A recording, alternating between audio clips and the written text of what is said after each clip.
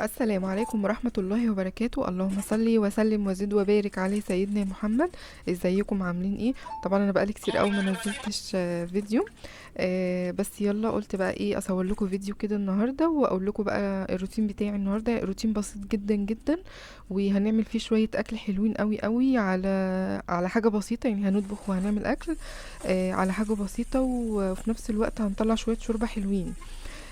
طبعا الحاجة غالية والفراخ غالية والدنيا غالية، بس انا هقول لكم انا بتصرف ازاي لما بتكون الدنيا حواليا كده مش متظبطة. لا يعني الحمد لله، طبعا هو توفيق من عند ربنا في الاول وفي الاخر. وبعد كده شوية تفكير صغيرين منك كده هتلاقي نفسك ايه، روقتي على نفسك وعلى البيت. تمام. فانا نزلت في اليوم ده، انا جبت نص كيلو ملوخيه. الملوخيه ب3 جنيه. وبص بقى، رحت بقى عشان اجيب اجنحه. انا قلت هجيب اجنحه عشان انا كنت عايزه شويه شوربه صغيرين للملوخيه. انا كان عندي شويه شوربه من بتاعه اللحمه، يعني انا قبلها بيومين كنت عامله لحمه. بعد كده عملت بتهيألي مش فاكره والله، عملت باين مكرونه محمره باين او ايه، مش فاكره. فقلت بقى ايه النهارده نعمل اجيب كيلو اجنحه مع على شويه الشوربه بتوع اللحمه الفايضين من اللحمه، ونعمل شويه ملوخيه حلوين. ولقيت بقى عند بتاعه الفراخ فاكرين الفراخ الصغنونه دي اللي احنا كنت بشتريها انا، يعني كانوا بيقولوا الاتنين ب50 ب55. لا دلوقتي بقوا ب70. هو في ب60.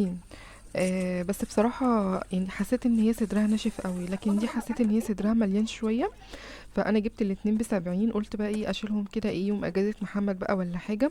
انا كنت عندي كمان شوية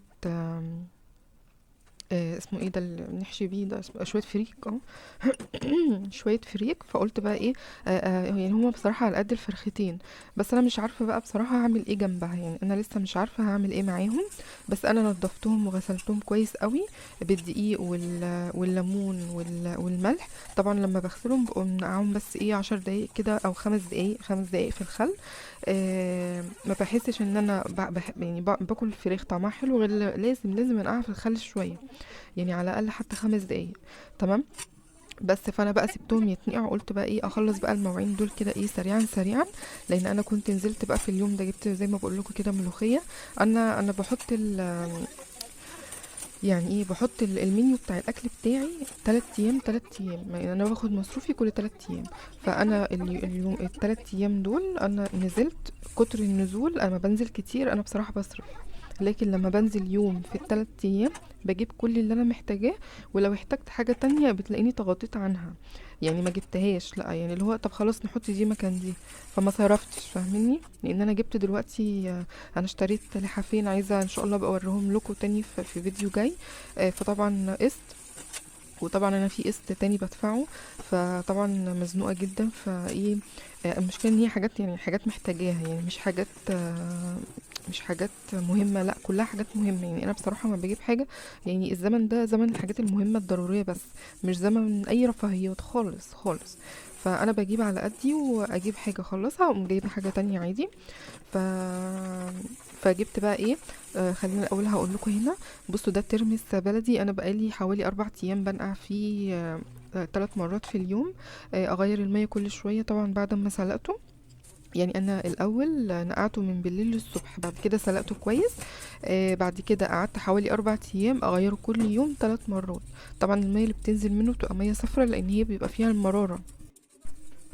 فانا دلوقتي بقى رحت حاطه الملح وحطيته يعني في الميه في الملح ورحت شايلاه بقى في التلاجة. بس عشان افضي بس مكان ورايا، بس عقبال ما الم الدنيا ورايا بعد كده هطلعه كده في برطمان حلو. وهشيله بقى كده ايه في المطبخ، لان طبعا احنا في الشتاء مش في الصيف، فعادي شيلي الحاجه بره التلاجة عادي. بس كده. وجبت بقى ايه، جبت جزر، ده نص كيلو جزر، وجبت حزمتين بصل. وجبت كيس مكرونه المرمريه اللي هي الصغيره دي بتاعه الكشري. لان انا زي ما قلت لكم المنيو بتاع الاكل بتاعي بيتحط كل 3 ايام. فانا قلت ان شاء الله النهارده نعمل الاجنحه مع انا ببقى ما لقيتش اجنحه فجبت هياكل. تمام. بس هي تعتبر اجنحه برضو، هي ما فيهاش حاجات كتير. فقلت بقى ايه، انا المهم كنت عايزه شويه شوربه الملوخيه بيني وبينكم خلاص، لان انا قبلها بيومين كنت جايبه لحمه، وجايبه الفرختين كمان يومين هعملهم. فاهميني؟ فلازم كده ايه، يوم كده ويوم كده، او يوم كده ويومين كده، انت ايه ماشي نفسك، وانت ادرى في بيتك. في ميزانيات، وفي قنوات بتنزل ازاي تشتري وتجيبي ده وتجيبي ده وتجيبي ده. انت خدي الفكرة وطبقيها على حسب ما هي هتناسب عندك في البيت. تمام. ما اوعي تجيبي اي رفاهيات دلوقتي، اي حاجه انت مش محتاجاها ضروريه ما تجيبيهاش. شيلي الفلوس حتى لو مش محتاجه حاجه ضروريه دلوقتي، شويه كده هتلاقي نفسك احتاجتي حاجه ضروريه جبتيها. ساعتها بقى مش هيبقى معاكي فلوس ان انت تجيبيها. لكن لما تبقي عامله حسابك، انا عامله برطمان خرمان من فوق، انا وريته لكم قبل كده، بحط فيه كل يوم 5 جنيه، 10 جنيه، 20 جنيه، على حسب. يعني انا لو ال3 ايام بتوع المصروف بتاعي عدوا، اتبقى 5. يعني انا كل يوم بحط 5، اتبقى بقى من المصروف تالت يوم 10، 20، 25 بقوم حطاهم. تمام. فانا بقى كده قلت انضف بقى الجزر. طبعا انا بقشره، وبقشره بالمبشره. ونضفت البصل، انا بحب اشيل البصل متنضف كده في التلاجة. وما تشيليش العنقوده بتاعته اللي فوق، لان لو شلت العنقوده بتاعته اللي فوق طبعا طعمه هيغير، مش هيبقى حلو.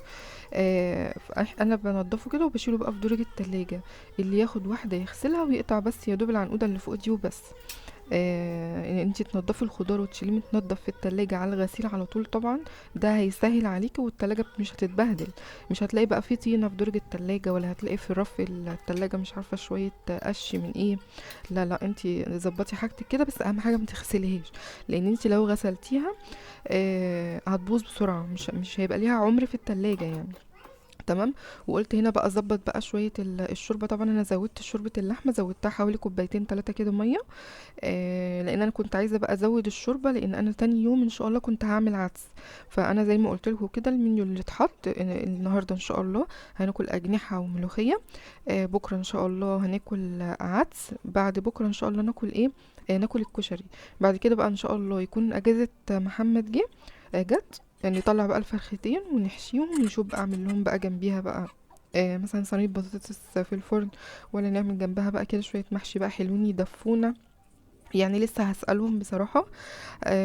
فأنا ظبطت بقى الشوربة، يعني مش عشان هي أجنحة ولا عشان هياكل بقى انتي الشوربة تبقى كده ملهاش طعم. انتي حطي ورق لوري، تحطي شوية من السبع بهارات، شوية ملح، شوية فلفل اسود، بصلاية، طماطماية. بصي روشي على نفسك في الشوربة دي. اني بصي كل حاجة هتحطيها فيها يبقى لها طعم. وطبعا حطيت فيها حتتين مرقة دجاج بقى عشان تبقى ايه تقيلة كده شوية وطعمها حلو. آم، بس كده. وهنا بقى قلت بقى اعمل طبق سلطه. طبعا حطيت طبق السلطه ده، يعني طبق يحترم يحترم لما بيكون فيه بقدونس او فيه خضره عامه. يعني كانت اختي تقول لي، كنت بصور قبل كده وكنت بكلمها فيديو يعني، بتقول لي يعني بتعملي ايه وكده، فبقول لها بعمل سلطه. بتقول لي انا بحترم جدا جدا السلطه اللي فيها خضار، اللي هي الخضره يعني بقدونس وكده. هي فعلا بتبقى فعلا مديها طعم. فانا عملتها. والليمون اللي انتوا شفتوه ده، طبعا انا الليمون ده انا مخللاه، بس انا كنت بصوره ويعني في غلطه حصلت كده ومش عارفه ايه اللي حصل، الفيديو راح. بس ان شاء الله انا هنزله لكم تاني. تمام. هنا بقى رحت محمره بقى شويه لسان عصفور. بص، لسان عصفور، ملح، فلفل اسود، حته مرقه دجاج، وتسقيه بالشوربه او بقى بميه. تمام. هي غلوه واحده، وتطفي عليه وتغطيه وتركنيه على جنب، ما تسيبوش يستوي على الاخر. عشان لو سبتيه يستوي على الاخر هينفش جامد. لا، انا اديته غلوه واحده ورحت ركناه على جنب، يعني هو كده مش مستوي. بس الغلوه بتاعته دي وغطيته كويس، خلاص كده هو هيستوي. عقبال ما الاكل بقى بقيه الاكل بقى يستوي، هيكون هو خلاص استوى. تمام. عشان بقى الاكل كله كده يبقى سخن ايه في وقت واحد. وعملت طبعا شويه رز بشعريه مفلفلين جمال طبعا. برضو سقيتهم بالشوربه. احنا عندنا اجنحه النهارده يا جدعان. ده عملنا الاكل كله بالشوربه. انا كان كل همي ان انا اسيب شويه شوربه بس للعدس، لان انا بعمل العدس بشوربه يعني قليل قوي لما بعمله بميه. بس كده. والملوخيه طبعا ملح، فلفل اسود، حته مرقه دجاج، وعملت لها الطشه الجباره. بس كده. طبعا انا مش هغطيها عشان لو غطيتها هتسقط مني. تمام.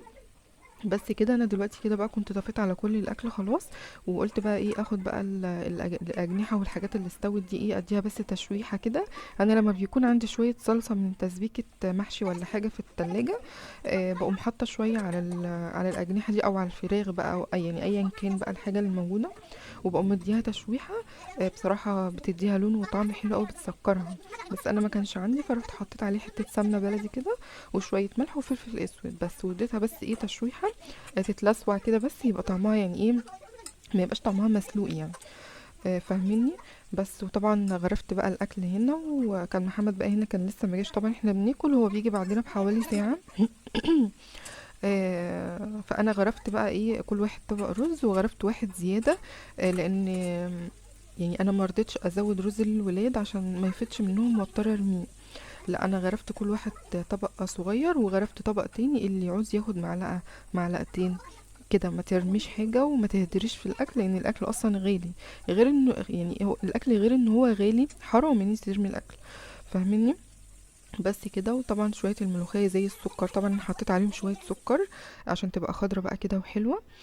بس كده طبعا بألف هنا وشفا، وكان الأكل تحفة تحفة. وعايزة أقول لكم والله كلنا كلنا وشبعنا، وكان الأكل يعني شوية أكل كانوا زي السكر. أهم حاجة تبقي راضية. الرضا ده أهم حاجة، السر كله في الرضا. انتي بقى حطيتيلي بقى اللايك يلا ولا لسه؟ يلا انزلي بسرعة حطيلي اللايك، وأنا بشكركم جدا جدا، والسلام عليكم ورحمة الله وبركاته. باي باي.